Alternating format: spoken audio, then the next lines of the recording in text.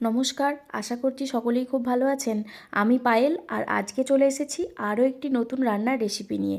আজকের রেসিপি হলো নিরামিষ চানা মশলা। দেখুন এখানে প্রথমেই আমি 250 গ্রাম চানা ভিজিয়ে নিয়েছি। এটা আমি 5 ঘন্টা ভিজিয়ে রেখেছিলাম। এখন দেখতেই পাচ্ছেন এটা কতটা সুন্দর ভিজে গেছে।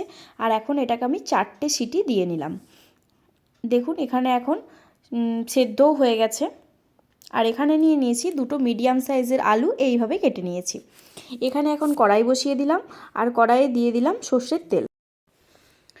তেল গরম হয়ে এলে এখানে ফোড়নে দিয়ে দেব গোটা গরম মশলা, তারপর দিয়ে দেব গোটা জিরে, শুকনো লঙ্কা। এখন একটু অল্প হলুদ গুঁড়ো দিয়ে দিলাম আর আগে থেকে কেটে রাখা আলুগুলো তেলের মধ্যে দিয়ে দিলাম। এখন দিয়ে দেব স্বাদ মতো নুন, তারপর একটু নাড়াচাড়া করে ভালোভাবে ভেজে নেব। এখানে মশলা বানিয়ে নেব। তার জন্য নিয়েছি আদা, কাঁচা লঙ্কা, গোটা ধনে, গোটা জিরে, দারুচিনি আর একটা মিডিয়াম সাইজের টমেটো। তো একটা পেস্ট বানিয়ে নিলাম এই সব মশলাগুলো দিয়ে। আর এখন আলুও দেখুন ভালোভাবেই ভাজা হয়ে এসেছে। এখন এখানে এই মশলার পেস্টটা অ্যাড করে দেব আর আলু আর মশলা একসঙ্গে একটু ভালোভাবে কষিয়ে নেব। এখানে এখন দিয়ে দিলাম 1 চা চামচ লঙ্কা গুঁড়ো, 1 চা চামচ হলুদ গুঁড়ো, দিয়ে দিচ্ছি 1/2 চামচ ধনে গুঁড়ো আর 1/2 চামচ জিরে গুঁড়ো। তো সব মশলা আলুর সঙ্গে ভালোভাবে কষিয়ে নেব। তো এখানে দেখুন মশলা এখন অনেকটাই ভাজা ভাজা হয়ে এসেছে। আর এখন সেদ্ধ করে রাখা কলাইগুলো এখানে সব দিয়ে দিলাম।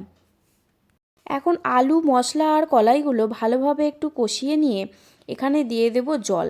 আমি যে ওই চানা সেদ্ধ করার জলটা ওটাই এখানে ইউজ করলাম। তো দেখুন এখন এটা ফুটে এসেছে আর এখানে এখন 1/2 চামচ চিনি অ্যাড করে দিলাম। আর এদিকে একটা পাত্র নিয়ে এখানে আমি নিয়ে নিয়েছি 1 চামচ ঘি। ঘিটা ভালোভাবে গরম হয়ে এলে দিয়ে দিলাম কসুরি মেথি। তারপর এখানে দিয়ে দিচ্ছি 1/2 চা চামচ লঙ্কার গুঁড়ো। এই 3টে উপকরণ একসঙ্গে ভালোভাবে গরম করে নিয়ে এই যে এদিকে চানা মশলা ফুটছে এখানে অ্যাড করে দেব। দেখুন এটা অ্যাড করার পর আরও 2 মিনিট ফুটিয়ে নেওয়ার পর ধনেপাতা দিয়ে নামিয়ে নিলেই রেডি হয়ে যাবে নিরামিষ চানা মশলা। আপনারা এটা রুটি, লুচি বা পরোটা যে কোনো কিছুর সঙ্গেই ভালোভাবেই সার্ভ করতে পারবেন। আমার ভিডিওটি ভালো লেগে থাকলে লাইক, কমেন্ট, শেয়ার করবেন এবং এরকম আরও সুন্দর সুন্দর রান্নার রেসিপি পেতে হলে আমার চ্যানেলটি অবশ্যই সাবস্ক্রাইব করবেন। Thank you.